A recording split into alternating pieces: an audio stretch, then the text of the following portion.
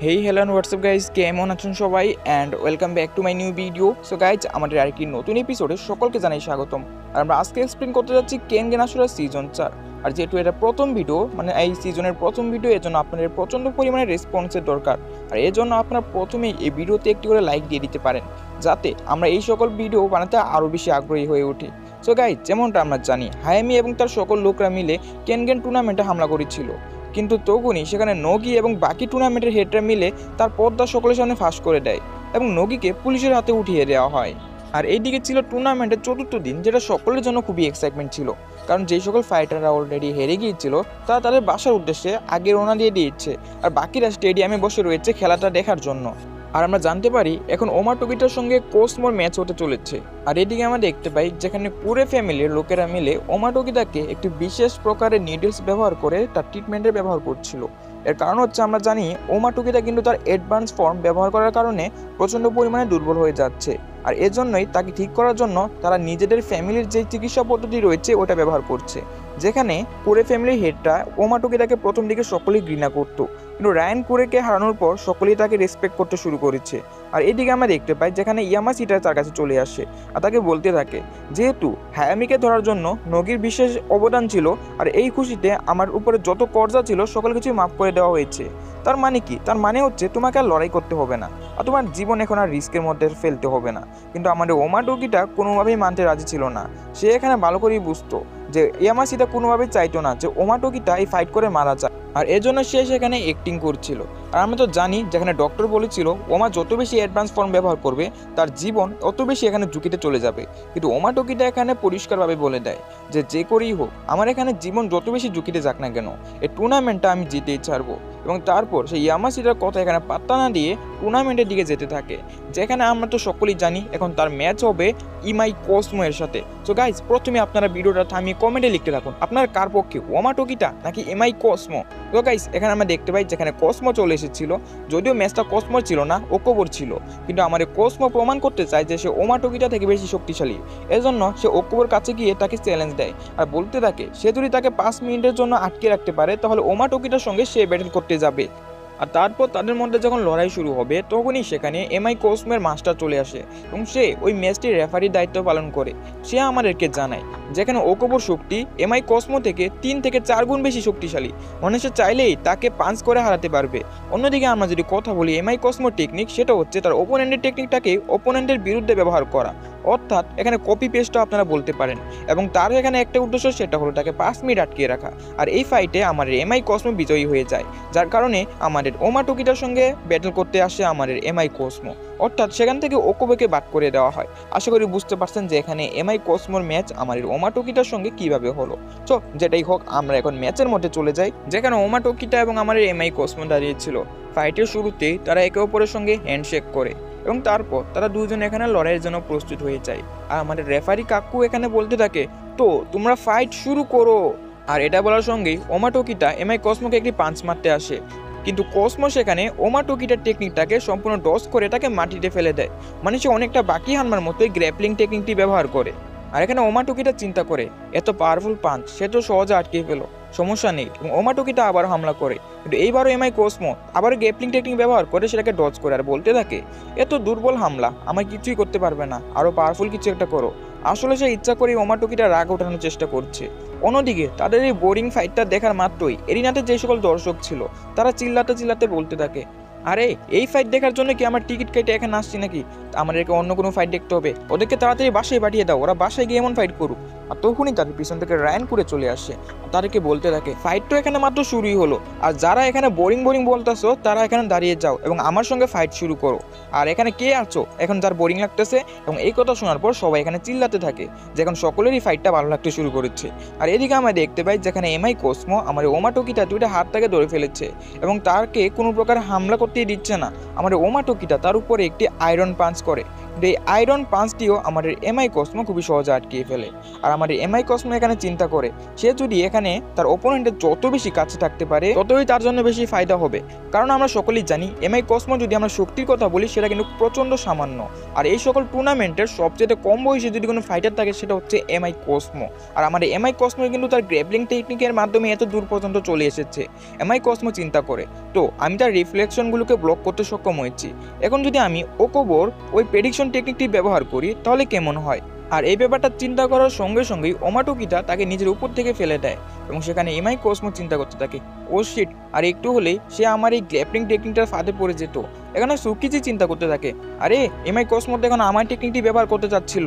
মানলাম সে এখানে জিনিয়াস, কিন্তু একটা টেকনিককে কপি করার পর সেটাকে মাস্টার করা প্রচণ্ড পরিমাণে কঠিন। সে এটা কিভাবে করতে পারলো। এদিকে আমরা দেখতে পাই ওমাটোকিটা যখন হামলা করতে আসে তখনই এমআই কসমো তার গাড়ির উপরে এখানে মাসেলটাকে ব্লক করে দেয় এবং তখন আমাদের এমআই কসমোর এই হামলাটি দেখে তার মাস্টার বলতে থাকে অলরেডি এমআই কসমো তার প্রচণ্ড পরিমাণে শক্তি বা বেশি পরিমাণে শক্তি এখানে নষ্ট করে ফেলেছে। সে যদি এই ম্যাচটা উইন করতে চায় তাহলে তাকে আরও কম পরিমাণে শক্তি ব্যবহার করতে হবে এবং যত তাড়াতাড়ি সম্ভব ম্যাচটা ফিনিশ করতে হবে। আর এদিকে আমরা দেখতে পাই ওমাটোকিটাও এই সেম হামলাটি আমার এমআই কসমোর উপরে করেছে, যেটাকে আমরা ওয়াটার কাটাও বলতে পারি, কিন্তু আমার এমআই কসমো সেটাকে ডজ করে দেয় কারণ দুইটা হামলা প্রায় সেম ছিল। এবং তারপর আমাদের এমআই কসমো তার উপরে স্লিপার লক লাগিয়ে দেয়, কিন্তু এটা থেকেও ওমাটোকিটা খুবই সহজে বেঁচে যায়। এবং তারপর ওমাটোকিটা তার মাস্টারের সঙ্গে করা ট্রেনিংয়ের কথা চিন্তা করে, যেখানে সে জঙ্গলের মধ্যে ট্রেনিং করতেছিল এবং এক পর্যায়ে তার শরীরের ভিতরে জিরো এনার্জি চলে এসেছিল। কিন্তু ওই পর্যায়েও তাকে তার মাস্টারের সঙ্গে ফাইট করতে হতো, কারণ ওইটাই একমাত্র উপায় নিজের ভিতরে যে লুকানো শক্তি রয়েছে ওটাকে জাগ্রত করার। কারণ একজন মানুষের শক্তি যখন জিরোতে নেমে আসে অনেক সময় তখনও তাকে ফাইট করতে হয়, কারণ তখনও হয়তোবা তার ওপোনেন্ট হার মানেনি। তখনই সে যখন তার লিমিটটাকে ক্রস করে ফেলে তখনই সে একটি স্পেশাল এবিলিটি গেইন করে ফেলে, যেটার মাধ্যমে সে লড়াইয়ের মধ্যে নতুনভাবে নিজের শক্তির যোগান খুঁজে পায়। আর এখানে আমরা ওমাটোকিটাকে দেখতে পাই যেখানে একটু আগে সে ক্লান্ত অবস্থায় ছিল। আর এখানে সিনিয়র যে সকল ফাইটাররা ছিল তারা ওমাটোকিটার এই স্পেশাল এবিলিটিটা দেখে প্রচণ্ড পরিমাণে অবাক হয়, কারণ সে এখানে মুহূর্তের মধ্যে নিজের ভিতরে এই এবিলিটিটার যোগান করতে পেরেছে, যেখানে এমআই কসমো এটা দেখে সম্পূর্ণ অবাক ছিল। এখন আমরা দেখতে পাই যেখানে ওমাটোকিটা খুবই স্পিডলিভাবে এমআই কসমো চারদিকে এখানে মুভ করতে থাকে। এটার কারণে এমআই কসমো শুধু ওমাটোকিটার যে আফটার ইমেজেস ছিল সেগুলোই দেখতে পাচ্ছিল। আর এখানে ওমাটোকিটা এখানে মুভমেন্ট করার সঙ্গে সঙ্গেই এমআই কসমোর উপরে অনেকগুলো ঘুষি মারতে থাকে, তাও আবার অনেক স্পিডলিভাবে। আর এই সকল হামলাগুলোকে আমাদের এমআই কসমো খুবই সহজে ডজ করতে থাকে। এর কারণ হচ্ছে সে অলরেডি ওমাটোকিটার অনেকগুলো ম্যাচ দেখে ফেলেছে, যার কারণে তার হামলা সম্পর্কে তার আগে থেকে আইডিয়া আছে। তারপর ওমাটোকিটা তার উপরে নিজের ওয়াটার কাটা টেকনিকটি ব্যবহার করে এবং এই টেকনিকটি ব্যবহার করে সে এমআই কসমোর গার্ডটিকে মটকে দেওয়ার চেষ্টা করে এবং তারই সঙ্গে এমআই কসমোর যে এই ব্যাকবোন রয়েছে সেটাকে ভাঙার চেষ্টা করে। এবং আমরা সেখানে দেখতে পাই যেখানে আর একটু হলেই এমআই কসমোর ব্যাকবোন সম্পূর্ণ ভেঙে যাচ্ছিল, যেখানে সকলেই একটি হাড় ভাঙার আওয়াজ পায়। এবং আমরা দেখতে পাই এখানে এমআই কসমোর কিছুই হয় নাই, উল্টো আমরা যে ওমাটোকিটাকে দেখতে পাই তার দুইটা আঙ্গুল সেখানে ভেঙে গিয়েছিল, যেটা আমাদের এমআই কসমো করে ফেলেছে, তো আবার এতটাই স্পিডলিভাবে যেটা কেউ লক্ষ্যই করতে পারেনি। আর এটা দেখার পর তার মাস্টার বলতে থাকে শাবাশ এমআই কসমো, তুমি এখানে দ্বিতীয়বারের মতো আবারও কামব্যাক করতে পেরেছো। আর আমাদের রায়ন করে বলতে থাকে ওই ওমা, তোমার কাছে একটা সম্পূর্ণ সুযোগ ছিল তাকে মেরে ফেলার, ওকে মারোনি কেন? আর এদিকে আমরা জানতে পারি এমআই কসমো টাকার জন্য কখনো ফাইট করেনি, সে মূলত নিজের যে শক্তি রয়েছে এটা সকলকে দেখাতে চায়। এদিকে ওমাটোকিটা তার উপরে আয়রন ফিস্টে ব্যবহার করে, কিন্তু এমআই কসমো তার হাত দিয়ে ধরে ফেলে এবং তখনই আমাদের ওমাটোকিটা তার পায়ের মধ্যে খুবই জোরে দুটো লাথি মারে। আর এটার কারণে আমার এমআই কসমো সেখানে প্রচণ্ড পরিমাণে ব্যথা পায় এবং তারপর ওমাটোকিটা যখন তার উপরে হামলা করে তখনই এমআই কসমো চিন্তা করে এখন এই ম্যাচটা সম্পূর্ণ আমার কন্ট্রোলে, কারণ ওমাটোকিটা আমার জোনের ভিতরে চলে এসেছে। আর আমি ইচ্ছা করে নিজের হাত থেকে ওমাটোকিটার দিকে দিয়েছিলাম যাতে করে সে আমার উপরে এই টেকনিকটি হামলা করে এবং তারপর আমি তাকে হারিয়ে দিব। কিন্তু তখনই ওমাটোকিটা বলতে থাকে এত সহজে তো মোটেও হবে না, এবং তারপর সে আমার কসমোর উপরে খুবই জোরে ধাক্কা দিয়ে তার দুইটা হাতই সেখানে ধরে ফেলে, যার কারণে এমআই কসমো তার কোনো টেকনিকই ব্যবহার করতে পারে না। এবং তারপর ওমাটোকিটা আমার এমআই কসমোর দুইটা হাতই তার গলার মধ্যে দিয়ে এখানে প্রেশার প্রয়োগ করতে থাকে। এমআই কসমো চিন্তা করে এটা কিভাবে হতে পারে, সে আমার হামলাটিকে এত সহজে প্রেডিকশন কীভাবে করতে পেরেছিল।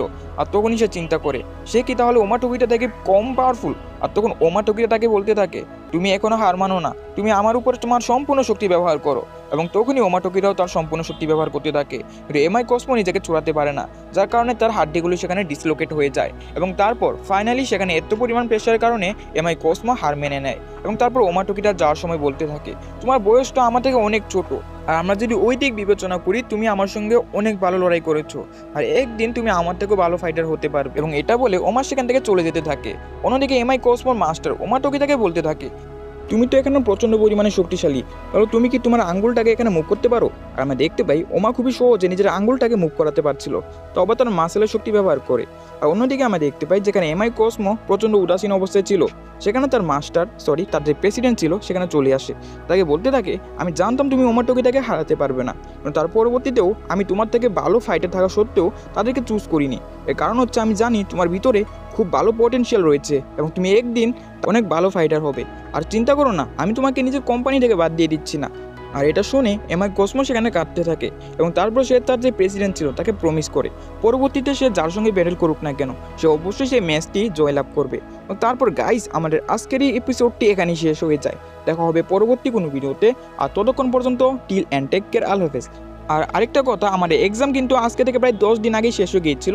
তার পরবর্তীতেও আমরা একটু লেট করার কারণ হচ্ছে আমরা একটি পিসি সেট দিয়েছি, প্লাস একটি ল্যাপটপ পারচেস করেছি। আর এইগুলো নিয়ে একটু সেট করতে করতেই এতটা দেরি হয়ে গেল। তবে সমস্যা নেই, আমরা আবার আগের মতো হওয়ার চেষ্টা করবো। দেখা হবে পরবর্তী কোনো ভিডিওতে।